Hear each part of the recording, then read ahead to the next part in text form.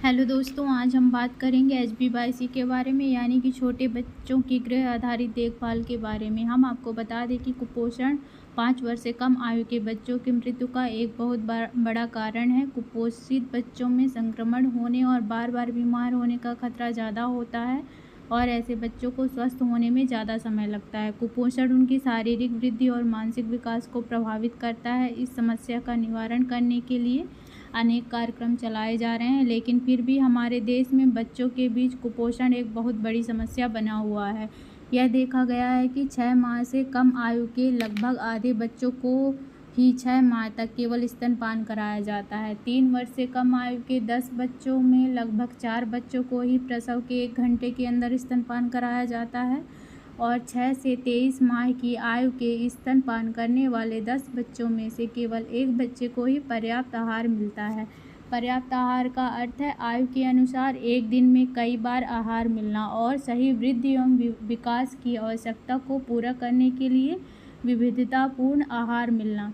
6 से 59 माह की आयु के बच्चों में लगभग आधे से अधिक एनीमिक हैं, मतलब हीमोग्लोबिन की मात्रा 11 ग्राम पर DL से कम होती है उनकी। सामान्य से कम वजन के बच्चे, मतलब अंडरवेट चिल्ड्रन 5 वर्ष से कम आयु के 10 बच्चों में से लगभग 4 बच्चे सामान्य वजन की तुलना में कम वजन वाले हैं, अर्थात उम्र के अनुसार उनका वजन कम है। कमज़ोर और दुबलापन, यानी वास्टेड चिल्ड्रन 5 वर्ष से कम आयु के 10 में से लगभग 2 बच्चों में दुबलापन अर्थात लंबाई के आधार पर वजन का कम होना देखा जाता है। लंबाई के हिसाब से उनका वजन कम है। अविकसित छोटा कद या बौनापन, 5 वर्ष से कम आयु के 10 बच्चों में से लगभग 4 बच्चों का अविकसित या छोटा कद होना अर्थात उम्र के अनुसार उनका लंबाई का ना बढ़ना। ये मानव जीवन का आरंभिक बचपन उनके विकास की सबसे तीव्र अवधि होती है और गर्भधारण से लेकर जीवन के पहले कुछ वर्षों के दौरान जच्चा बच्चा की सही देखभाल सुनिश्चित करने के लिए बच्चे के स्वस्थ मस्तिष्क एवं भावनात्मक और शारीरिक वृद्धि का आधार होता है। एक स्वस्थ बचपन केवल पर्याप्त पोषण और स्वास्थ्य संबंधी देखभाल उपलब्ध कराकर हासिल नहीं किया जा सकता है। बच्चे को माता पिता देखभालकर्ताओं के साथ एक ऐसे वातावरण की आवश्यकता होती है जहां उन्हें प्यार, अपनापन, प्रशंसा मिले। बच्चों के सामाजिक, उनके मानसिक और भावनात्मक विकास के लिए उनके साथ खेलने और बातचीत करने में समय लगाना माता पिता या फिर देखभालकर्ताओं के लिए बहुत ज़रूरी है, जिसके फलस्वरूप बच्चे स्वस्थ रहते हैं और इनके साथ एक अच्छे समाज की रचना होती है। इस तरह के विकास से बच्चे की सीखने की क्षमता में सुधार लाने एवं विद्यालय में बेहतर प्रदर्शन करने के लिए और सुदृढ़ सामाजिक संबंध बनाने में सहायता मिलती है। अब हम बात करेंगे छोटे बच्चों की गृह आधारित देखभाल यानी HbA1c कार्यक्रम का परिचय एवं औचित्य। ऐसे कई कार्य हैं जो आशा के द्वारा नवजात शिशुओं और 5 वर्ष तक की आयु के बच्चों की स्वास्थ्य एवं पोषण की ज़रूरतों को पूरा करने के लिए किया जाता है। आशा प्रसव के बाद 42 दिन तक नवजात शिशु की गृह आधारित देखभाल यानी कि HbA1c कार्यक्रम के तहत 6 से 7 बार गृह भ्रमण कर रही है। इसके साथ उन शिशुओं का जिनका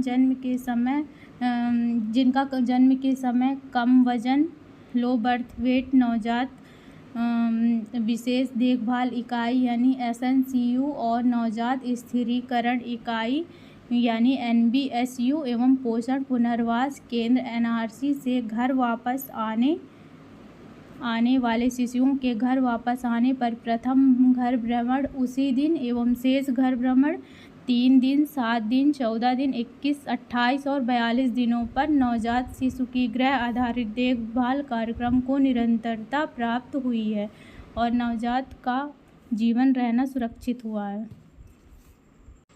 जीवन के पहले 6 सप्ताह शिशु के लिए जोखिम का समय होता है और इस दौरान नवजात शिशु की गृह आधारित देखभाल के लिए बार बार गृह भ्रमण में आपकी भूमिका महत्वपूर्ण है, लेकिन पहले 42 दिनों के बाद का समय भी बहुत महत्वपूर्ण होता है। इस समय के बाद आपके द्वारा गृह भ्रमण और स्वास्थ्य प्रणालियों के साथ बच्चे का संपर्क टीकाकरण एवं बीमारी या कुपोषण के प्रबंधन तक ही सीमित होता है। यह भी देखा गया है कि लगभग 3 माह की आयु और उसके बाद स्तनपान करवाना बंद करना एवं 6 माह के बाद पूरक आहार आरंभ करने में विलंब या अधूरा पूरक आहार एवं बीमारी के दौरान सही देखभाल न मिलना आदि जैसी समस्याएं उत्पन्न होती हैं। इसके अलावा इस दौरान घरों में जल स्वच्छता एवं व्यक्तिगत साफ सफाई की कमी और घर में बच्चे का पालन पोषण करने के रीति रिवाजों के फलस्वरूप बच्चों के उचित शारीरिक वृद्धि एवं विकास में बाधा बनती है। सुव्यवस्थित गृह भ्रमण द्वारा इन समस्याओं की जल्दी पहचान और उचित कार्रवाई की जा सकती है और इस प्रकार इन कारकों के प्रतिकूल प्रभाव को कम किया जा सकता है। अब हम बात करेंगे छोटे बच्चों की गृह आधारित देखभाल कार्यक्रम के उद्देश्य के बारे में। छोटे बच्चों की गृह आधारित देखभाल कार्यक्रम का उद्देश्य है बाल मृत्यु और बीमारियों को कम करना, छोटे बच्चों की पोषण संबंधी स्थिति में सुधार लाना, छोटे बच्चों की सही वृद्धि और आरंभिक बाल विकास को सुनिश्चित करना। छोटे बच्चों की गृह आधारित देखभाल पहले के इस कार्यक्रम में नवजात शिशु की गृह आधारित देखभाल HbNC के लिए 6 या 7 गृह भ्रमण के साथ साथ 42वें दिन के बाद गृह आधारित 5 अतिरिक्त भ्रमण करेंगे। आपको 3, 6, 9, 12 और 15 माह पर यानी कि 3 माह पर, 6 माह पर, 9 माह पर, 12 माह पर और 15 माह पर अतिरिक्त गृह भ्रमण करना होगा। इसका अर्थ है कि प्रसव के समय कम वजन वाले शिशु एवं नवजात विशेष देखभाल इकाई SNCU और पोषण पुनर्वास केंद्र यानी NRC से घर वापस आए बच्चों के लिए आपके द्वारा पहले से किए जा रहे तिमाही गृह भ्रमण को इस कार्यक्रम में शामिल किया जाएगा। गृह आधारित भ्रमण से आप समस्याओं की जल्दी पहचान करने और उचित कार्रवाई करने में परिवारों की सहायता कर सकेंगे, जो कि गृह आधारित उचित देखभाल पद्धतियों के माध्यम से या स्वास्थ्य संस्थानों में जाने के माध्यम से किया जाएगा। गृह आधारित अतिरिक्त भ्रमण से जीवन के पहले 15 माह के दौरान बच्चों और माता पिता देखभालकर्ताओं के साथ संपर्क बढ़ेगा एवं निम्नलिखित अवसर उपलब्ध होंगे। जीवन के पहले 6 माह के दौरान केवल स्तनपान को बढ़ावा मिलेगा। 6 माह पूर्ण हो जाने और उसके आगे बच्चों को समय पर पर्याप्त और उपयुक्त पूरक आहार दिए जाने पर जोर मिलेगा। अपने बच्चों में पोषण एवं स्वास्थ्य संबंधी समस्याओं की पहचान एवं प्रबंधन के लिए परामर्श एवं सहायता के माध्यम से माताओं देखभालकर्ताओं की क्षमता निर्माण होगी। मातृ एवं बाल संरक्षण MCP कार्ड की सहायता से बच्चों की वृद्धि एवं विकास में होने वाली देरी की जल्दी पहचान होगी। बचपन की सामान्य बीमारियों की रोकथाम और उसके प्रबंधन में मदद मिलेगी। जटिलताओं के उपचार के लिए बीमार बच्चों को स्वास्थ्य संस्थानों में शीघ्र तुरंत भेजना सुनिश्चित होगा। स्वास्थ्य संस्थानों से घर वापस आने वाले बीमार बच्चों की दवाओं का अनुपालन एवं उनकी देखभाल के लिए उनका फॉलोअप किया जा सकेगा। छोटे बच्चों की गृह आधारित देखभाल कार्यक्रम में 3 से 15 माह की आयु के सभी बच्चों, लड़कियों और लड़कों का लक्ष्य रखा गया है।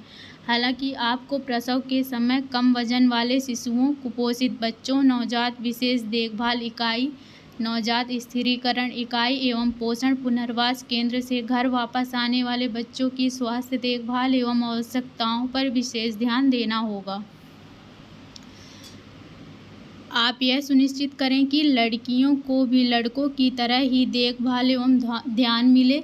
इसीलिए जेंडर के आधार पर भेदभाव से बचने के लिए गृह भ्रमण के दौरान आप माता पिता देखभालकर्ताओं को परामर्श देते समय इन बिंदु पर समुचित प्राथमिकता दें और आपको जहां भी सहायता की ज़रूरत पड़े तो आपके यहाँ आंगनबाड़ी कार्यकर्ता, सहायक नर्स, मिडवाइफ, ANM बहुउद्देशीय कार्यकर्ता के बीच आपको